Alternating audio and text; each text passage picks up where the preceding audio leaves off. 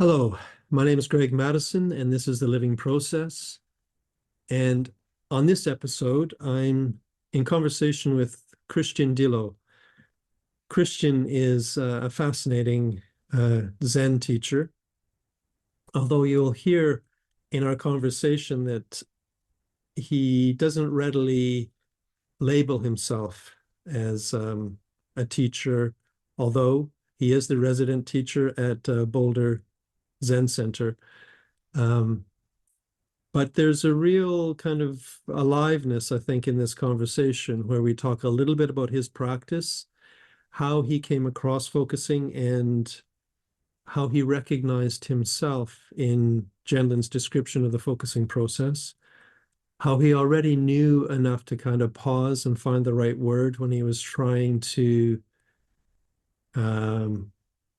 not lose himself, I guess, in his interactions with others. In the conversation, we talk quite a bit about the similarities in practice,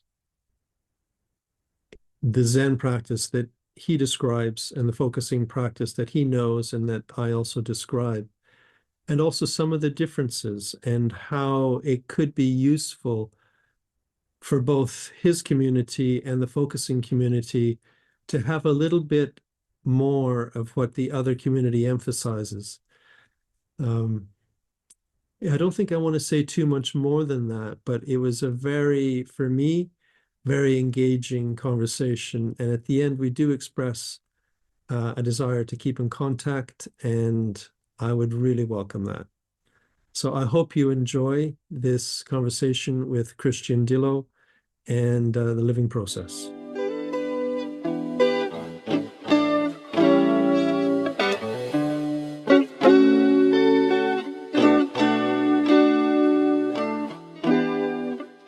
So welcome, Christian. I've really been looking forward to this. I feel very uncertain where our conversation might go because I've never met you before. But what I normally ask people to begin with is just, how did you come across focusing and Gendlin's work? Curious about that. Yeah. Already have to do a little focusing here. Mm-hmm. Good. Well, it comes out of a particular life situation in my early 20s. And the context isn't so much, oh, I'm studying psychotherapy or this is coming to me as a method. Yeah. But it's coming out of my own situation and my own existential crisis. Like, I'm noticing that life doesn't have the same kind of depth when I'm using my intellect, just stringing concepts together in a way that makes sense to other people. And then I pretend to myself that it also makes sense to me. And I'm weaving a sense of identity and who I am and what I want to be from these concepts that string themselves together. And it feels like just a kind of social and cultural conditioning. So I feel that there was a process in my life that led to a sense of, not being in touch with myself, having lost myself in some way.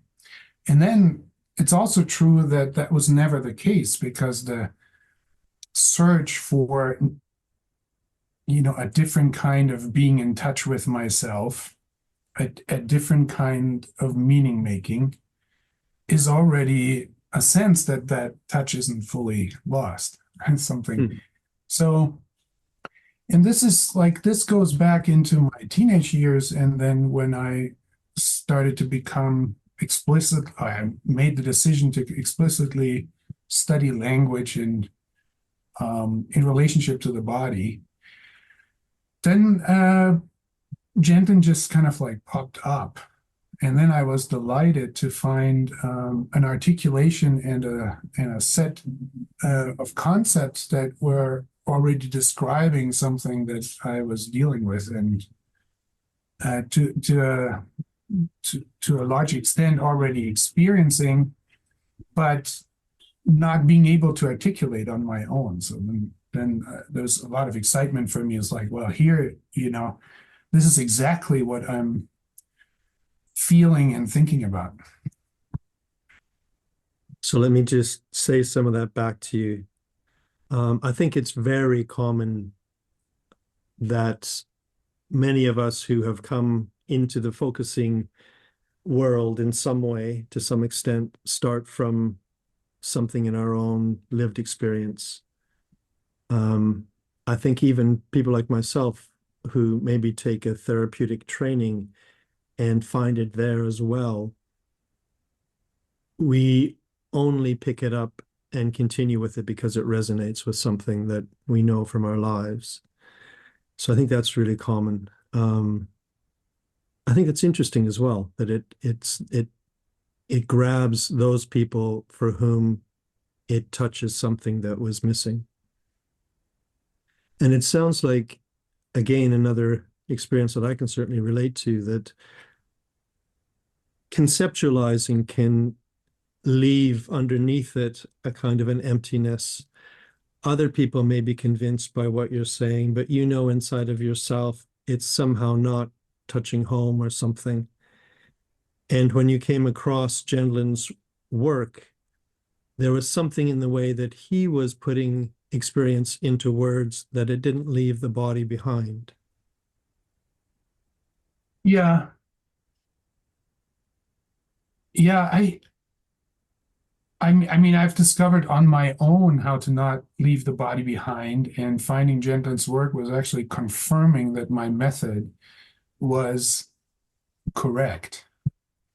Because I write about that in my book too, is like that as a teenager, I was an awkward person in the sense that I paused in ways that were not, socially conform. It's Yes. like I would wait and see what I really wanted to say, and it would take the time that it took. And so I had a reputation for, making these weird pauses that were not quite right. Um, but then, discovering Gendlin's work and felt sense, and attending to the felt sense and letting it come and letting myself carry the situation forward from that pause just confirmed that I had intuitively, found something. Mhm. So in that sense, it wasn't so much that Gendlin was a revelation, which in many ways it also was, but also a confirmation of Yeah. something that I had, discovered on my own. Yes. Yeah. I can understand that. For me, coming across Gendlin was also a confirmation, and it helped me that there was someone in authority, like this professor, that said it was okay to do what you were doing or to pay attention to what you knew was there. But I'm curious with you, it's like even as a teenager, how did you persevere? Were you encouraged to continue to pause in the way you were doing and waiting for the right word to come? How did you, yeah, No, it was just an inner knowing that the price for not doing it was too high. okay. The price would be some sort of alienation or dissociation that I saw in other people, and I had a sense of deeply not wanting that. But that also meant there was also a not knowing of how to avoid it, and so the awkwardness of the pausing came out of that tension. Hmm. And somehow, when you came across focusing, it confirmed what you were doing. But my understanding, having looked at some of your things online, is that it remains, although integrated into other things, it remains quite a core way of expressing yourself, understanding your experience. Is that right? What is the it that you're naming there as it? This emphasis on prioritizing your own, if you want to call it authenticity, and speaking from your experience of living and not being satisfied with ways of talking that leave that behind, that somehow that sort of whole way of being has remained core for you? Yeah, yeah, very important. As I think you were implying, integrated in other, Yeah. I don't even know what the word is here. Orientations, explorations. Authenticity is an extremely difficult word for me. I mean, I think I know what you mean. And so from that, I would say, yes, it is about authenticity.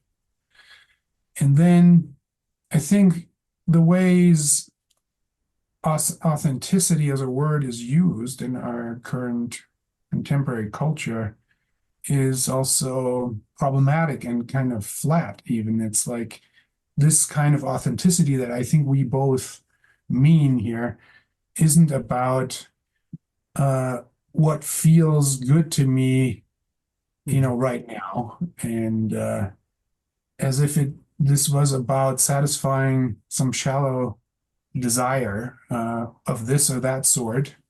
Mhm.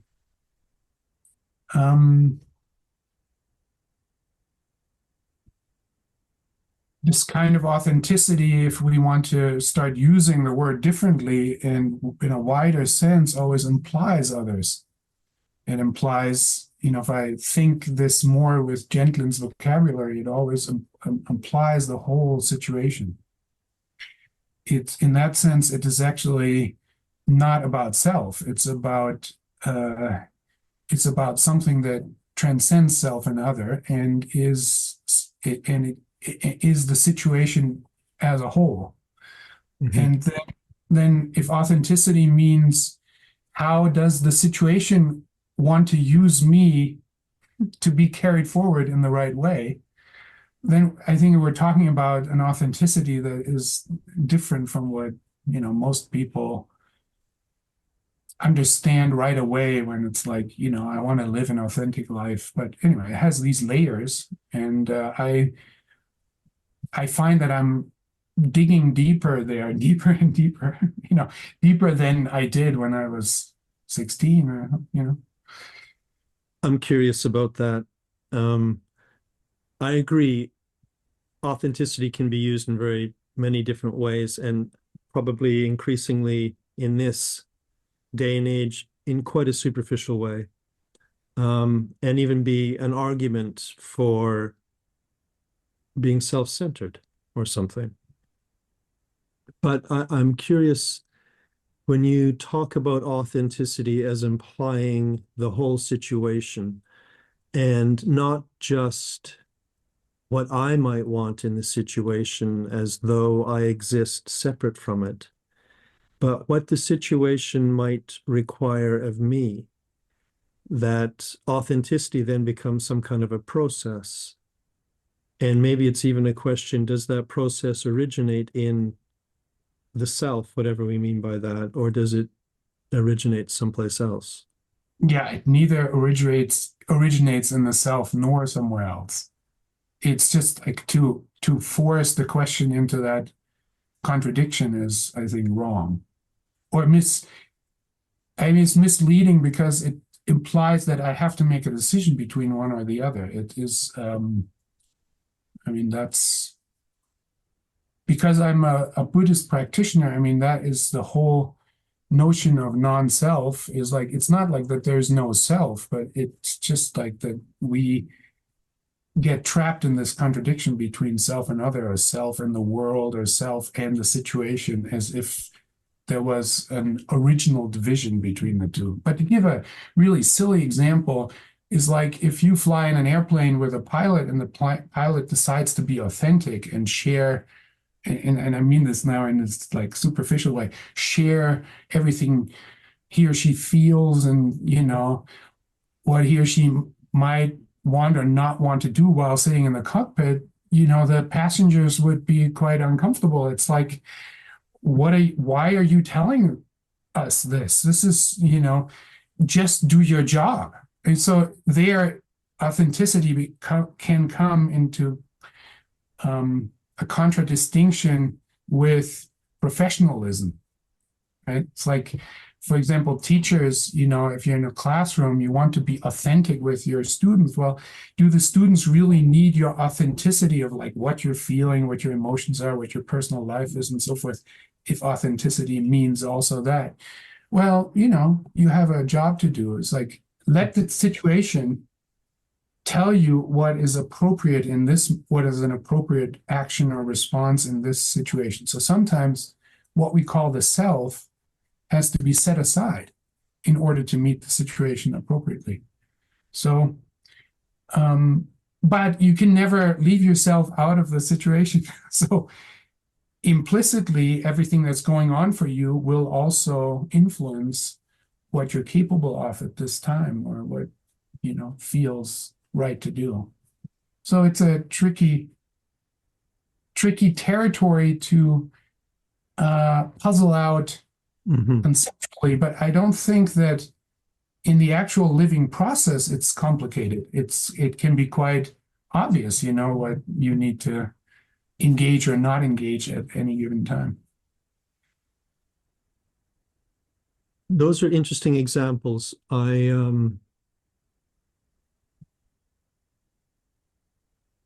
I guess I'm most interested in situations where we pause, like we're doing now in our conversation, and we sense a little bit the interaction between us, as well as what's happening in me and what's happening in you, because we're not the same. And then the question for me does arise, how would you, do you have language for that doesn't immediately import some kind of a separation between self and situation? Yeah, I speak of undivided activity. Okay. Yeah. Yeah. Every situation, we could even say every person, every being, every object is an undivided activity. So as soon as we think of it as a separate activity, I mean, activity is already a reframing of objectness, personhood, to know that it's an activity or a process.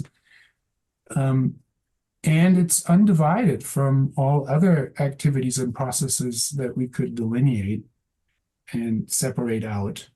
So to cultivate a feeling that this is always an undivided field of activity. I mean, we can supercharge this with more stuff and say it's an undivided field of interactivity, or it's like an, or I think Gendlin has used the word imperfection, yeah, so this, to think of undividedness rather than oneness, for example, which, some spiritual traditions might want to talk about oneness. Oneness is too much. Not two-ness, undividedness, is not the same as oneness. Yeah, exactly. Yeah. I was just going to say, so that reminds me, some of Gendlin's terms, interaffecting, unseparated multiplicity, interaction first, I think are pointing at the same kind of territory in some way. But in that case, I mean, I like the term. I think it's very useful. What is, I don't know how to ask this in a way that doesn't already presume the wrong answer. But Yeah, that's nice. what's the status of the self in that sort of undivided activity or interactivity or whatever? Yeah, I don't quite know what status means here. So you Yeah, have to say more um, about what you're really asking about. yeah, exactly. The word status was wrong, but I was struggling to find um,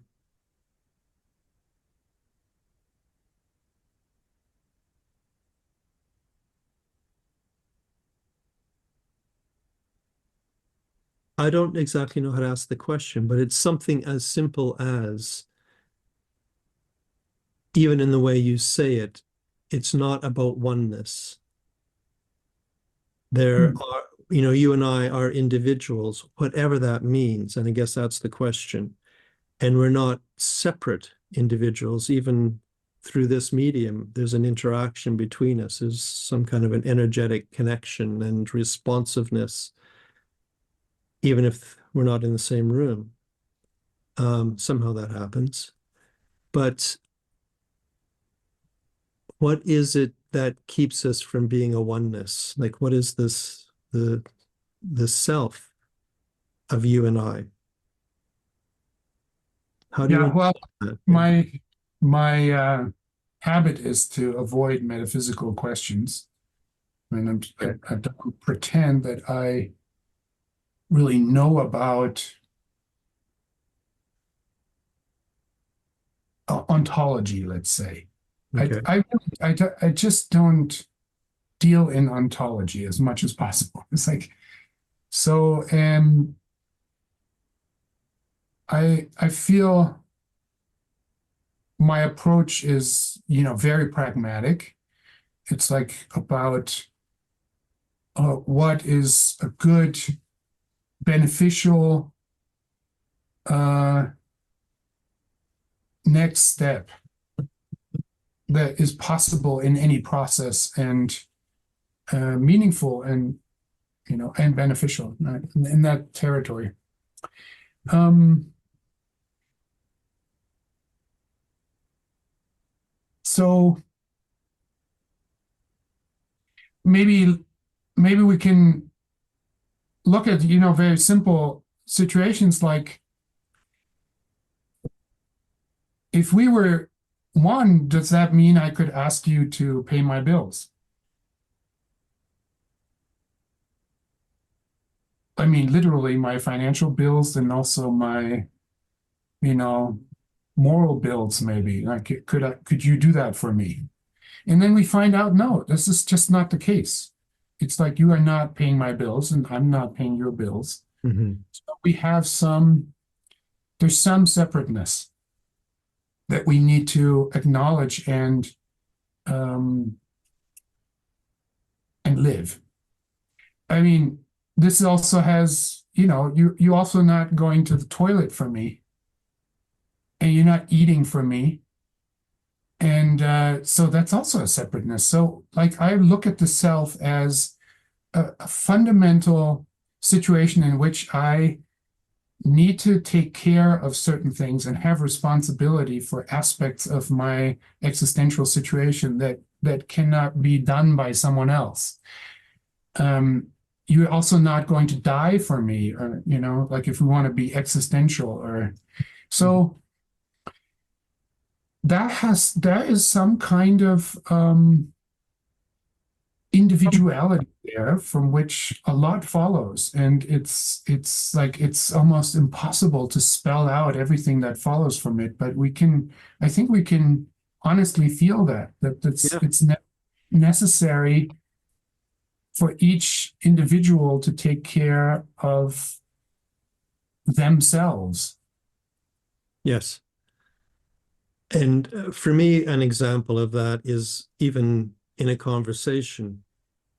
If one person smiles or laughs, it's not just arbitrary that it's that person that smiles or laughs.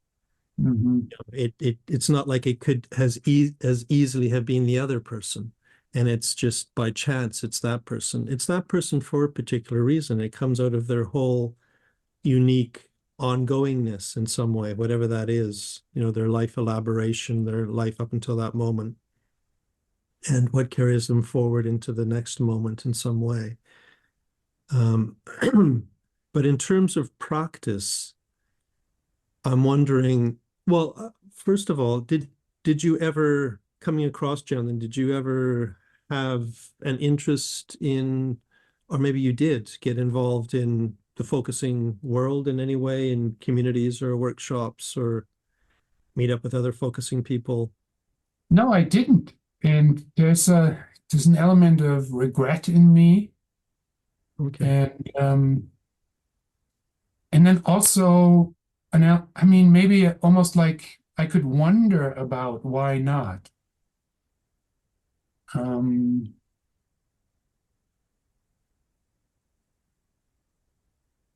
I think the reason, I mean, I did have a great interest in meeting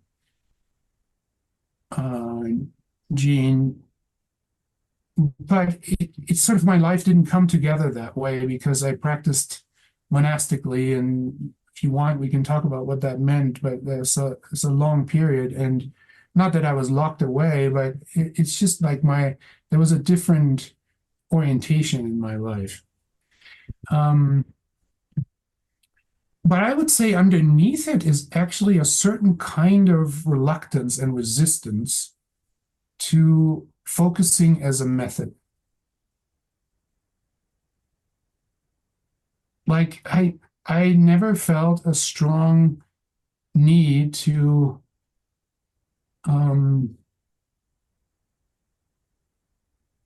learn it properly, teach it, understand it more. I was always more intrigued actually by Gendlin's philosophical work and his reassessing of certain terms and invention of new terms that were describing for me vital processes that I felt I was already intimate with. So yeah, it's unresolved. There's like it is a little bit of a regret. I don't know a better word, and since like that this is like there are missed opportunities, and then also a certain sense of freedom and not getting sucked into some other, way of thinking and community and playing by new rules and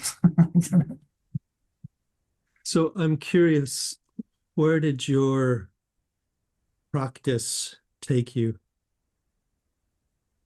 Where did my practice take me? You mean my Zen practice or my Well, life? well, somehow you got into Zen.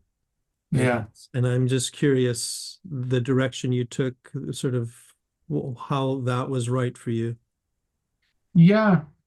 Maybe there too, it's useful for me to reflect on kind of like what's the context out of which it arose, because there's something surprising for me, even, just looking back at my life. It's like I wasn't looking for a spiritual practice. I wasn't like spiritually inclined. I'm quite skeptical of religion and like have not much interest in metaphysics or so. It's curious to me that there's an aspect of my life where I put on robes and sit in front of people and talk about, what other people experience as spiritual teachings. So it's a little weird. But the origin of my spiritual practice is really in a sense of depression. And I use that word, and I don't use it, I'm not pretending I'm using it in a clinical way or in a diagnostic way. There was a sense of not being fully alive. And it's a period of like 5 years in my life of feeling less than fully engaged and held back in a way. And there's a kind of strange, for me, hard to grasp underlying fear, and it bothered me tremendously. I mean, it's just like it just bothered me. Very disturbing. Because on the surface of my life, things were, fine. I mean, I had a satisfying social life and partner, and I was like, I guess, nominally successful in what I was doing, and academically, but it just didn't feel fulfilling. Okay, so I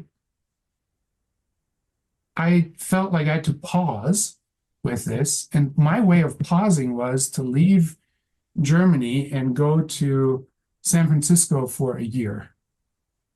This was like, and I literally had the sense of like, I'm just pausing, and I just used an academic exchange program to get somewhere else and pause. Right. And there was something that was continuing. It was an interest in developing, how would we call this, like body awareness and sensitivity. So I was engaged with various like practices that were centered on feeling myself better.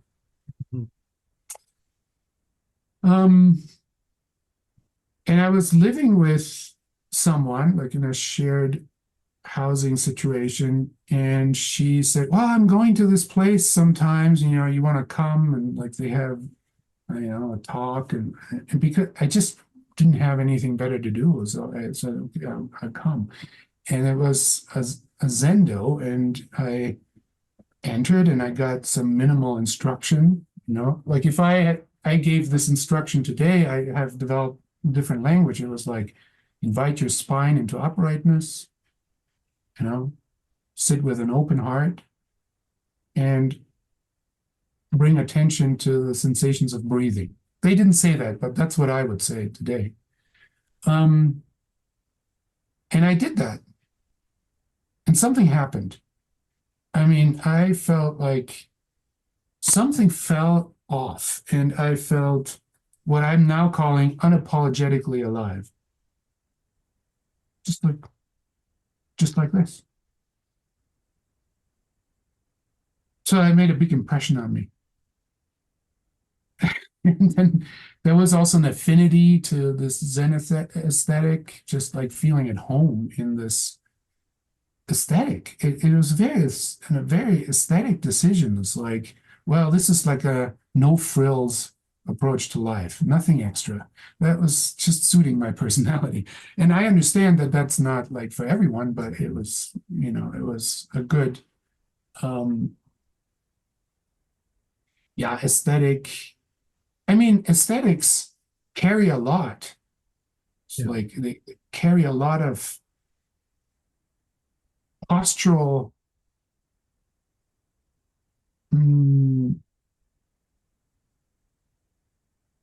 but knowing. Like, so anyway, I just continued because this experience was so profound. And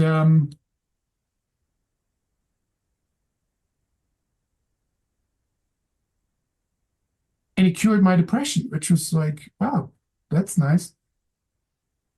It's like, that's nice. And I've understood over the years of making more sense of what's happening when you sit in a certain way and practice a certain kind of mental posture, that I was shying away from intensity. Bodily intensity, bodily felt intensity. We can I think we can, as human beings, we can shy away from unpleasant, painful intensity, and we can also shy away from pleasant Yeah, definitely. intensity. And so depression for me was a kind of, you know, defensive, protective posture. And I had to learn to realize that.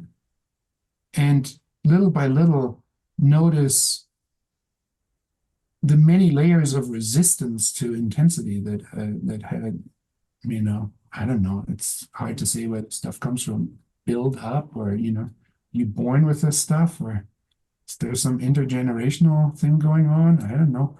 But it's there. And you kind of have to deal with it. If you don't deal with it, you're not fully alive. Yeah. So, but also then the Zen Buddhist discourse that I've encountered started to, I just had a feeling like, wow, this is speaking in a way that makes sense to me. Like maybe for the first time, getting me out of this idea that I had to figure out life in some sort of conceptual, philosophical way, therapeutic way. And Buddhism just sort of laid it out for me in a way. I mean, what I heard was like, yeah, that makes sense. It's very pragmatic. Mm-hmm. It's about liberation from suffering, wisdom, and compassion. Yeah, that matters to me. So let's do this. You use the term mental postures. I'm curious. I don't understand what that means.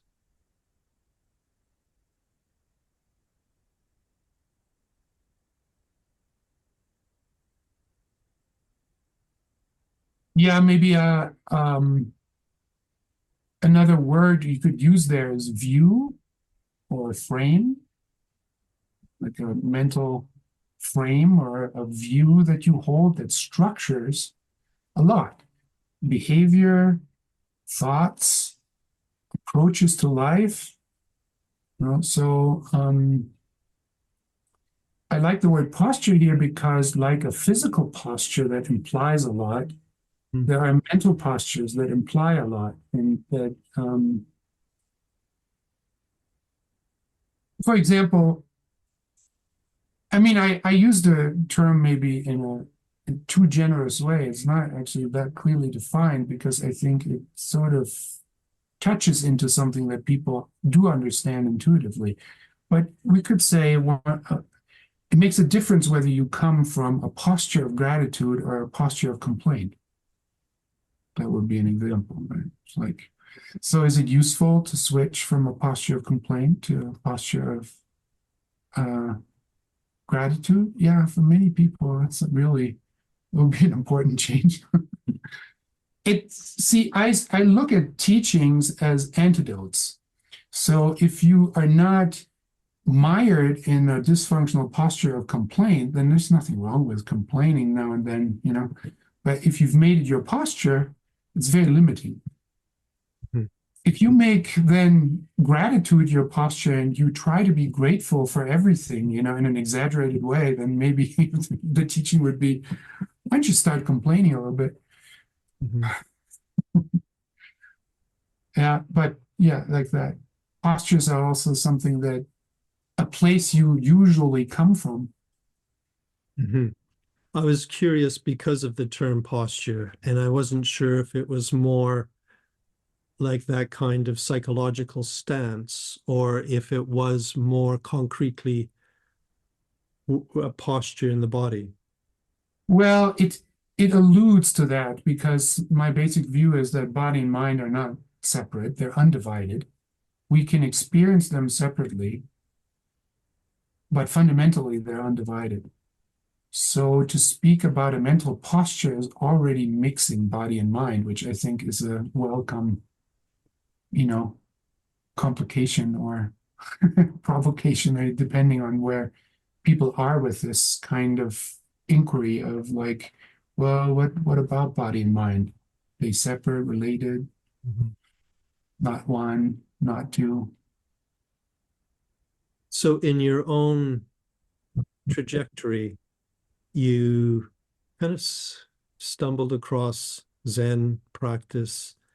It sounds like quite a profound impact on you as a person. There's things that you liked about the tradition that appealed to you. Mhm. And at some point then, rather than it simply being your practice or of personal benefit, you took it further and decided to actually make it a part of your life as a teacher. Yeah, well, I can't say that was a decision. It's like it's just something I grew into, because I, as much as possible, I don't look at myself as a teacher. I mean, if I have to put something on a website and say I'm the resident or guiding teacher out of the Boulder Zen Center or something, but I think it's very useful for me to look at the activity that I'm engaged in. And the activity that I'm engaged in, I would describe as I'm sharing my practice with others. And I grew into that. It's like some people benefit from being, say they're benefiting or coming back for this kind of sharing. So then I've learned to say yes to that and say like, yeah, okay, seems like that's useful to some people, so I'll do it. But I would say, if that if that stopped to be the case, I would cease to be a teacher, and probably it would be good to stop. But it sounds like the way that you teach, it is a continuation of your practice in a way. Yeah, I mean, if I want to place this more in Western terms and contexts, and maybe also connected with Gendlin, he doesn't use that term, but I see myself as a phenomenologist. It's like I'm studying experience. Mm-hmm. And what I found frustrating in Western phenomenology is that it's mostly descriptive. It describes what we find when we observe experience. And what I found, what Buddhism brought, which was revelatory to me, is like Buddhism also is a phenomenology, but it is a transformative phenomenology. And what I mean by that is it never divorces itself from the idea of transformation and in the direction of liberation from suffering, wisdom, and compassion. It doesn't pretend to be a science at all. Mm-hmm. It doesn't leave out the normative. And I think our living process is that way, where we can't leave out the normative. Like our being is wanting to unfold in the direction of liberation, wisdom, and compassion. So I just didn't find that in Western philosophical approaches much. And there's just, I think, in the West there's psychotherapy that is doing that, and that's why Buddhism and psychotherapy can talk to each other, because they're both transformative phenomenologies. And then Gendlin occupies a special place in that, and then also in my heart, because even though he doesn't describe it that way himself, he clearly is a transformative, he practices transformative phenomenology, right? So, in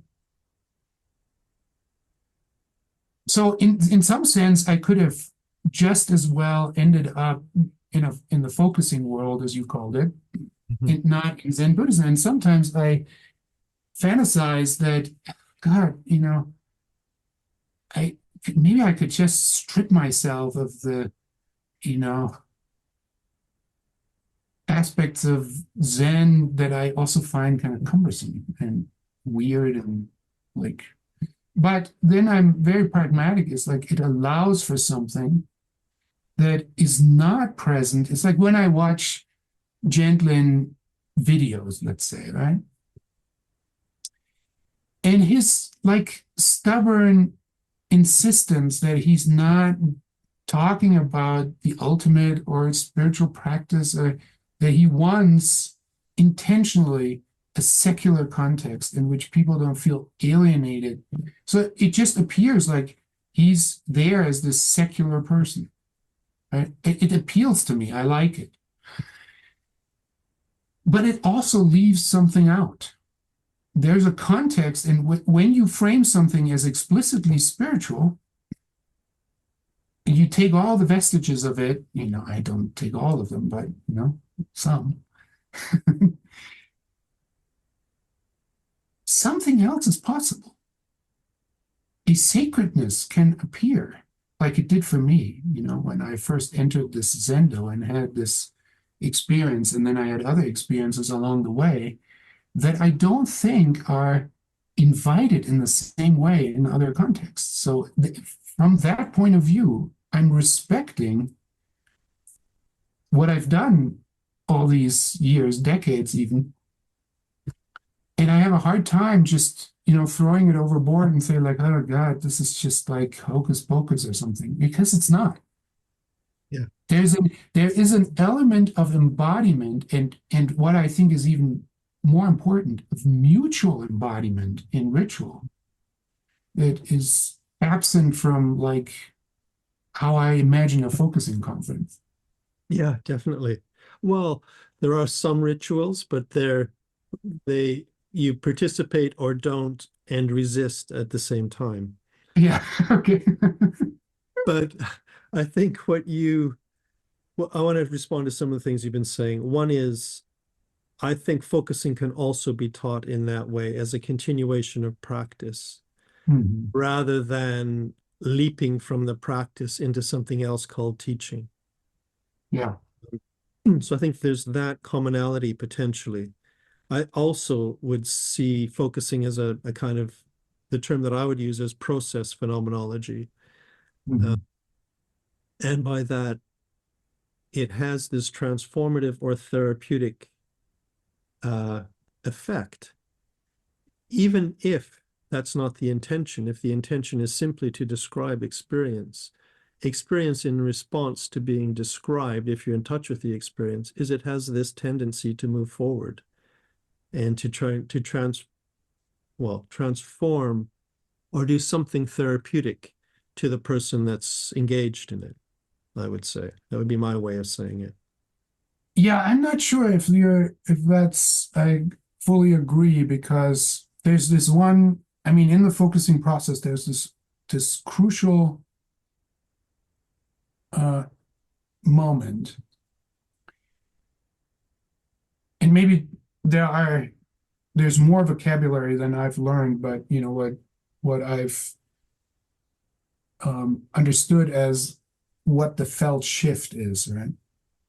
This shift implies something normative. It implies rightness. Yes. So it's not just accidental that it also has a transformative effect. The process itself implies or feeds on, is dependent on, and goes for rightness. Yeah, I would agree with that. Because otherwise, it's actually your experience. Otherwise, is that you're stuck. Yeah, it's not an accident that the process at least tends towards something more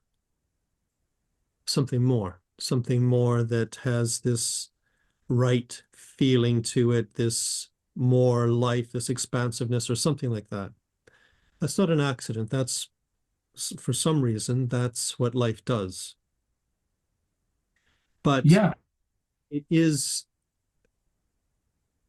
I think it's easier if you don't go in pushing for that. I think it's more likely to happen if you take that as a moment of grace or something like that, that life comes if it's given enough space and it brings this next step. It brings a shift in the body. To be focusing, looking for a shift, I think, is more difficult. That's what I meant in that it's accidental in that respect. It's almost like a side effect of being with yourself under certain conditions, maybe. Yeah, okay. But I want to get to the last thing that you were talking about. The thing you're saying, I think you could yet end up in the focusing community. Yeah, yeah, yeah. I feel that, yeah. I want to say, I mean, Gendlin was so careful all the time, and this is exactly what you've spotted. He was always so careful not to stray very much at all into the spiritual territory. And if he did, he would immediately undermine it in some ways so as not to get identified with any kind of tradition or whatever. I think his intention was to keep that all open for anyone that came in with their own spiritual interest or whatever. Um, I think that's one side of it. I think the other side of it is that maybe Gendlin, and maybe this is commonly felt in the focusing world to some extent, that there's a wariness around community. And I think a huge value is placed on community, but at the same time, there's a wariness of what community can do to the individual, how to keep alive in some way your own fullness as a person while being engaged in community, that there's that tension that I think focusing people are very aware of. And I'm sure a lot of other people are also aware of that. But if you came in with your interests and you wanted to develop in a spiritual way, I would imagine your focusing practice would take you there. And that would, without any of the accoutrements of a spiritual practice, you would find yourself in a spiritual practice. Yeah, let's talk about that. Yeah. I don't know the focusing world, so when I don't think about it much. It's just like I may have the things you just said, and there's a felt sense that arises from that, and maybe some speculation, and yeah. Yeah. But let me start in a kind of in a different place. One of the things that I feel like I've done through my Zen practice is studying attention. Mhm. And I've come to make a simple distinction between focus and field. Focused attention and field-like attention. And when I say focus and field here, it has nothing to do immediately with focusing. This is a coincidence. I really just mean this is a technical term, as attention can be focused or it can be widened and become field-like. Hmm. Now, these are sort of modes in which attention can function. And we could maybe also say, well, maybe attention is on a spectrum from very focused to, being completely field-like. What I mean by field is you are aware, awareness is a word that I'm using for field-like attention, aware of everything all at once and nothing in particular.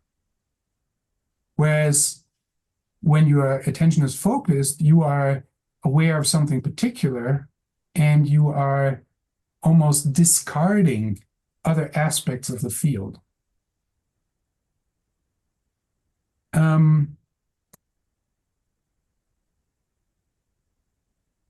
So now back to focusing. Focusing is doing something with focused attention.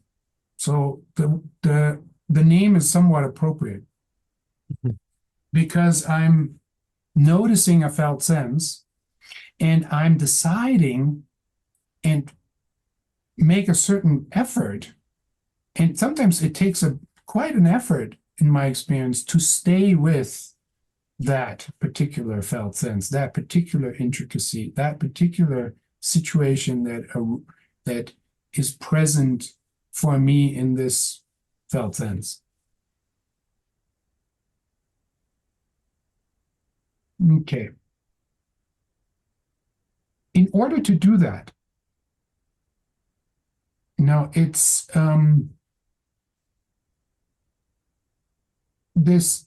the attention as a field awareness is implied. We could say it's in the background. Exactly. Yeah.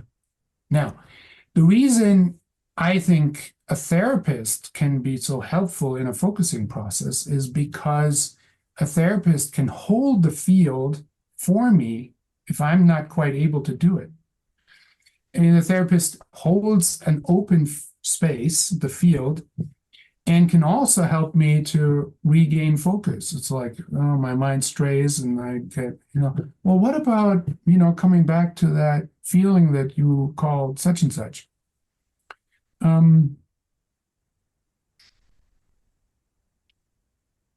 So sometimes I think when focusing is described too much as a method,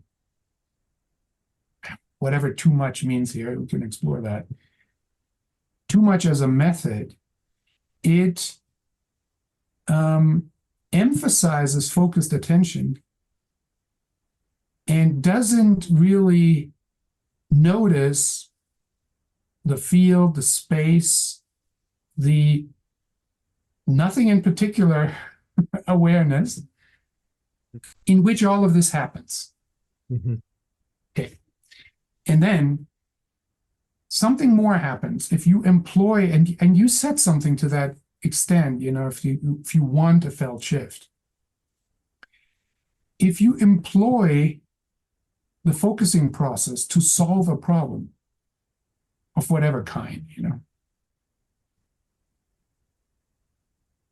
it becomes instrumentalized. And what Zen practice is for me, that is quite in contrast to focusing, is there is a constant invitation to rest in the field, to practice, to just practice openness. Just practice openness. Just practice that. So then it's not that no content arises in that openness. Quite the contrary. Contents do arise. But interestingly there's a satisfaction that comes from just resting in the field, which is actually, even if you have problems, because you're not focusing them, you can have an experience of like, nothing's missing, everything's okay. Now, I take this one step further, and then I'm curious what you think. And a focusing process used too much as a method, right, disregards in a way, implicitly, doesn't want to do that, but it does so implicitly, that not all problems need to be solved. And that I can be quite liberated and content with having a whole bunch of problems. Mm-hmm. In a strange and important discovery can be made there. It's like these problems belong to my process. And that's okay. Not just okay. It's like I deserve these problems. Now, when I use the word deserve there, it's like I'm using it in a new way, like in a Gendlin, like that's a new deserving. It doesn't mean like I'm wishing problems on people, but I can discover for myself that it is my job to have these problems. And yeah, I'll just say that, to have them. Mm-hmm. Because that is the way it is. And that has something to do with what we said previously about self. That also is part and parcel of myself. And to find a kind of resolution with that, rather than a struggle that something needs to be healed or changed, or, I have to go to therapy with this. There's some fundamental ease that could come with just resting in the field with everything that belongs to it, including all these problems that are quite disturbing and bothersome, but nonetheless, here I am. And focusing, as much as I've benefited from it, has not like directed me there, but Zen practice has. That's so interesting to me because I've spoken to the focusing world's full of people that are also in the Buddhist world. And I think it makes a lot of sense that that is the case. But I've always been interested in exactly this point. What is it that the Buddhist world or the spiritual practice, as you're describing it, adds to focusing, or how does it take a different turn or something like that, or have a different emphasis? So I'm glad we're talking about this. The first thing I would say, I feel like as a psychotherapist and psychologist, I feel like saying, let's get them off the table. Because I think we can probably discuss it just with the more usual focusing setup where there's a focuser and a listener. And most focusing is done with simply a listener there, giving their presence, reflecting back to the focuser, assisting the focuser to stay with their experience.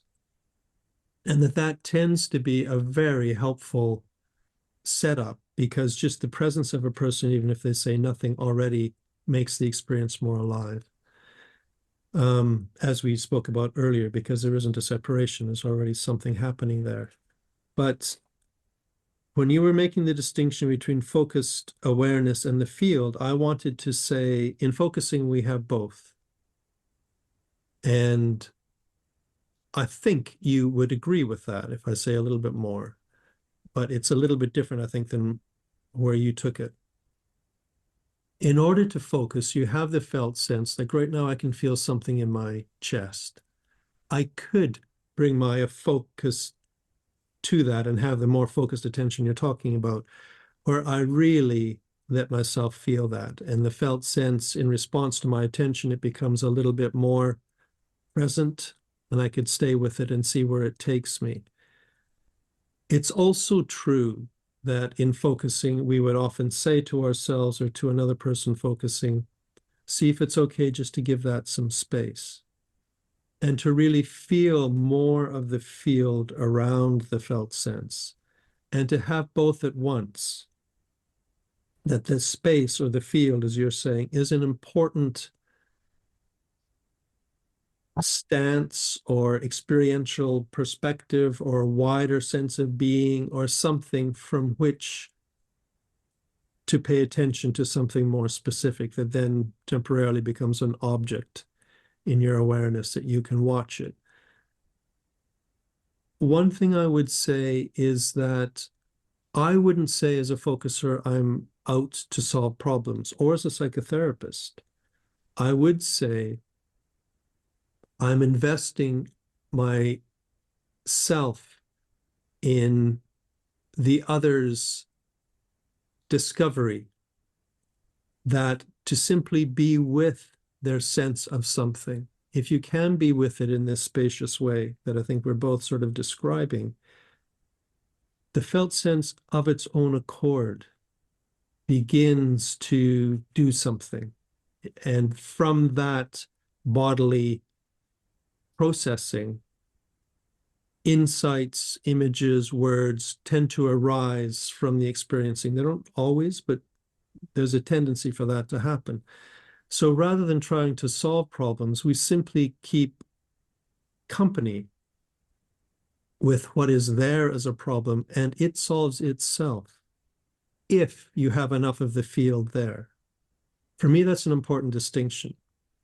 But the thing that I really like in what, I mean, I like a lot of what you're saying, but the thing that I really like in what you're saying is the last bit, because that is something that I think in focusing we rarely do, and I think would be a really interesting thing to incorporate. Often we bring attention to something and we don't really pay much attention to the attention itself. There's something about the broader field that is really exciting. And I think, as you say, it tends to usually be in the background. That difference in what's foregrounded in attention, I think that's a fascinating thing to me. Yeah.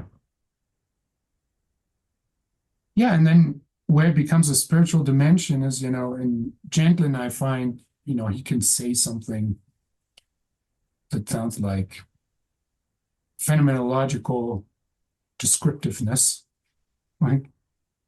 The body is the situation. Mm-hmm. Okay. This contains a lot.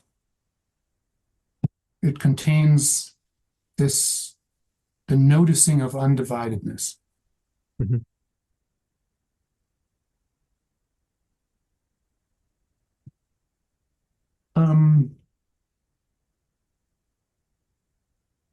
There's a difference between intellectually contemplating undividedness and resting in it as a kind of ease.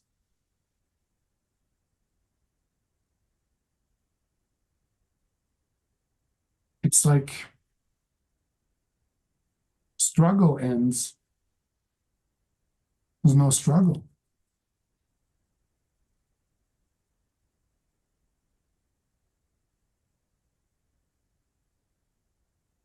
It all belongs to the field.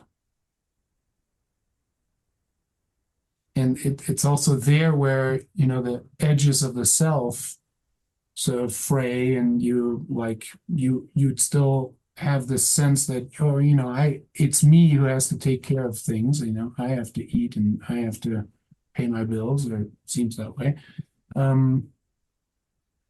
But some deeper sense of belonging, to the world, Mm-hmm. despite all its problems. Yeah. Right? That's the spiritual dimension. And it's like, it has something to do with, we could use that, foregrounding the field. And then also in some kind of intention, not forceful, but a willingness, maybe, openness to just resting in it. Mm-hmm. Now, then this sounds like, I think on the surface, if we're just looking at it intellectually, it can sound like passivity, it's like, oh, you're just accepting everything, you don't do anything, you're just sitting, you're just letting it happen. It's a shift of emphasis. It's an antidote to struggle and feeling like something isn't quite right. And even if you reframe it the way, like, what does the problem want to do, there's still like lingering feelings of it's not quite right, something needs to change, be better. Hopefully, I'm not gonna focus on it, we'll see, invite it, and just all kinds of little ways one can get caught in this. Mm-hmm. But now if we shift and say we're resting in the field, we're allowing it to be just the way it is, struggle subsides, there's ease. And then maybe if we think about it, our fear is, then that inaction results from that. No, but it does invite now the kind of spontaneity that you are invoking too. It's like, what wants to happen? Mm-hmm. The field is now very open for something to happen. Yeah. So then do you let yourself be drawn into something and then just do that? And then I think all these mechanisms of a process phenomenology are completely in action. The question that arises for me as I think what I'm following what you're saying is what might be different in focusing, but I'm not sure, is two things that are linked. One is in that, if you want to call it field of awareness, I'm happy calling it that, resting in that to some extent in order to focus, maybe, or maybe not in order to focus, in order to just have that. Gendlin, talks a lot about clearing a space and having that cleared space. They can be very expansive. Mm-hmm. Within that cleared space, that open awareness, that field of awareness, if I notice something that arises within that, I may notice an issue in my life that has a felt sense that comes quite quickly. Or another way of saying it is, I notice how I'm carrying something in my life, that's a part of what arises in that open field. In focusing there, you would, as you would have a relationship with that. It is very relational in that you bring some degree of sort of non-judgmental caring. It's a phenomenological attitude with a degree of warmth or something. Mm-hmm. So that's one thing, is that the relational dimension, where that might fit in the more spiritual aspect you're talking about. The other thing is that when you bring that kind of relationship, as we were talking about before, then there's process. That in that field, nothing just stays as it is. Mm-hmm. If you pay attention to it, it sort of almost takes on a life of its own, or a consciousness of its own, or something, and begins to move itself in particular ways. Mm-hmm. So the aspect of relationship and the aspect of process, I'm wondering how they fit in the more spiritual practice that you're describing, or do they fit? Yeah, I mean that's good. A good lead into voicing my appreciation for focusing and how it's never left. Like it held my interest, right? Because the danger in what I'm describing of like, well, you just rest in the field, is that we skip over, and I think Gendlin has articulated that somewhere too, of there can be a fantasy of being able to skipping over the personal. Like, would you just go to this like transpersonal field like experience, and then you can pretend to yourself that personal issues and personal development are second rate or would happen automatically. And I don't believe that, and that's why I keep introducing the idea of felt sense to my students. It's like there's something vital there, and there's a lot of information, and we don't want to skip over that and sort of like say, oh yeah, there's just some body sensations there, whatever, like, let's go back to the field.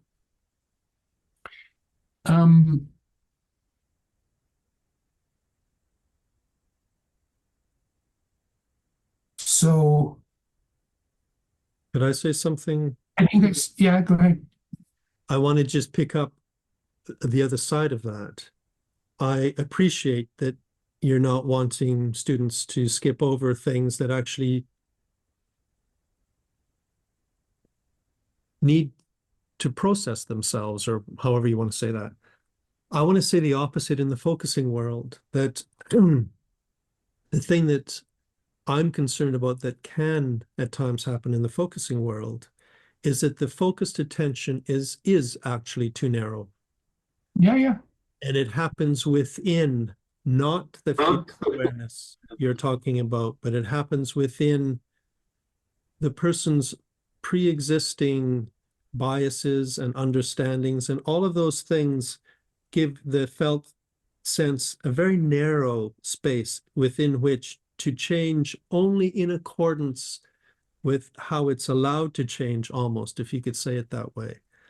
That what we maybe need in the focusing world is a little more attention on appreciation of that slightly more meditative, or at least more expansive space.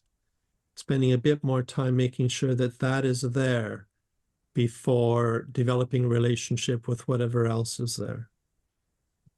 Yeah, I think I think you pointed out a complementarity, and I see all teachings as antidotal. So for Zen Buddhism, when it is starting to get stuck in this field, like in this expansive awareness, focusing is a good antidote. It's like let's not disregard these processes and say like, oh, they're just psychological or something. Or now you're focusing on a self that really doesn't exist or something. And then the way you just said it is like in the focusing world, that can be exactly the opposite. You could use an antidotal teaching there, which I think in your presentation was already present. And it's like, oh, like if you bring the mental posture of not trying to get to somewhere, right, but hold back from that intentionally and bring in an openness and basically ask what wants to be focused on, what wants, and once that happens, what step wants to come. I mean, Gendlin says it all the time. You have to let it come. You can't make it come. Nonetheless, the human mind is tricky there. It's like we know that, and it's a constant. Oh, I want too much, so I need to let it go. Right? So. Yeah, that's where the presence of a listener can be very useful, because a listener can notice where the focuser has adopted some kind of agenda rather than that more openness, and simply reflect that back in a way that the focuser then has this invitation to rest back into this greater openness and not try to do anything. Now, let me say something there too. Just this might be just a kind of weird bias that I have.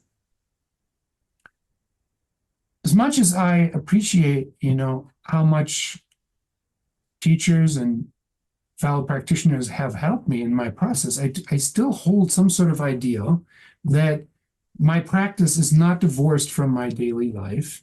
And there should be, ideally should, I don't know, but there's some kind of ideal that a certain organic and spontaneous process of staying in touch with the complexity of my life situation that is enfolded, implied, implicit in, or present as, like sometimes I talk about it, implexity, like the body has enfolded the complexity of the situation and it carries it as an implexity. Now, if you can organically sort of be with that implexity,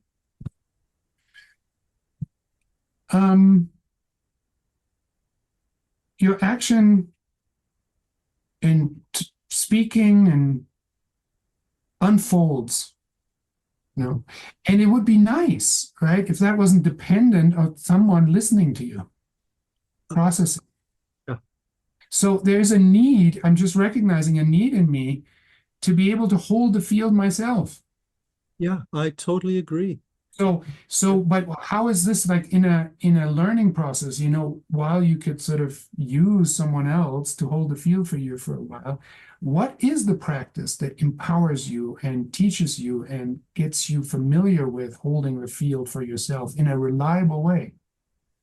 In here is in Zen practice something that I think is only sort of tangentially addressed in focusing. Our minds get in the way. Mhm.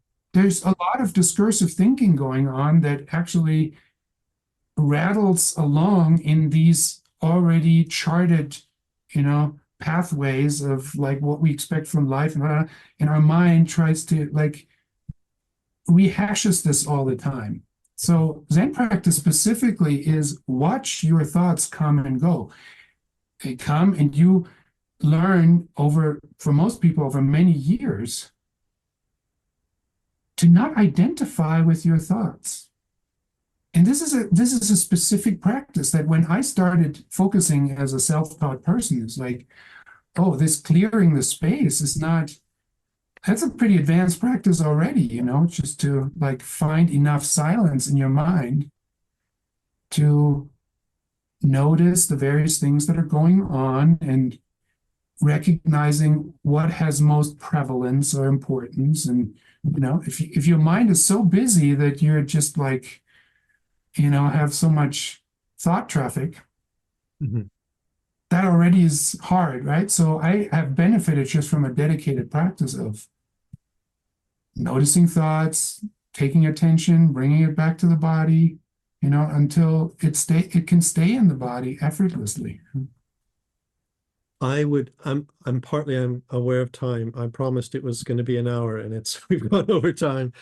But I want to respond to what you've said because it also feels important to me that I think what you're saying is that you're not satisfied if the practice, as you understand it, remains in sort of, I could say in a slightly dismissive way, sort of more rarefied places and doesn't show up in the person's actual living day to day.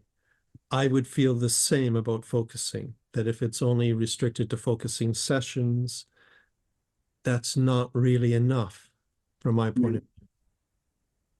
To not bring focusing into your life and actually have it impact the way you relate to other people, the way you live, the way you understand your responses to nature or anything else that's happening for you, to use it also to, sort through difficulties, like in your work situation or something, a problem occurs and you have a bodily felt response to it. If focusing to just right there and then be able to let your attention go down there, and even in relationship to your boss, for example, sometimes it's safe enough to actually process it. In terms of the thoughts that can be a real distraction and hindrance, I don't think there's a very good answer to that. The one thing that I would say is, again, relationally, there are people often in a person's life that that's somebody I can talk to about something that really matters to me. Because in talking to them, you understand yourself better. There's something about their way of listening to you, maybe their way of not interrupting, of just kind of giving you some space that allows you, because you're in relationship to them, to get beyond all the interference that often comes when you're just with yourself. The relational aspect, I think, is an important part of the focusing practice. But I also agree with you that being able to focus on your own is a really important, not only resource that diminishes it too much, it's an important way of being. And learning how to focus alone is something that we don't emphasize as much in the focusing world. I mean, Gendlin's first book was all about that. A lot of it was about that. And that's where I first learned focusing. And I first learned it on my own. To do it with a listener or in a community was a second step for me, and not always better, although sometimes better. I would, again, I think that your emphasis on the spiritual practice you're describing is worth importing aspects of that back into the focusing world. Makes sense to me. All right.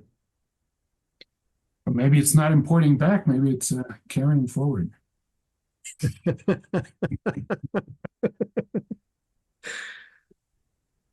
Yeah. I guess it is carrying forward, but it's also reviving something in the tradition that um, isn't emphasized much anymore. Well, there's something really rich in Gendlin's intentional way of, as you said earlier, keeping it open, not tying it to something. Also avoiding any kind of cliches between East and West, and Yeah. recognizing that there's something here that is really powerful and in a way new and belongs to our um, current cultural evolution too. And I think for me, Zen Buddhism needs to evolve, or Hmm. I think, I mean, I'm studying texts from the 13th century, and they have a lot of interesting things that actually we just talked about in our own language. But this need for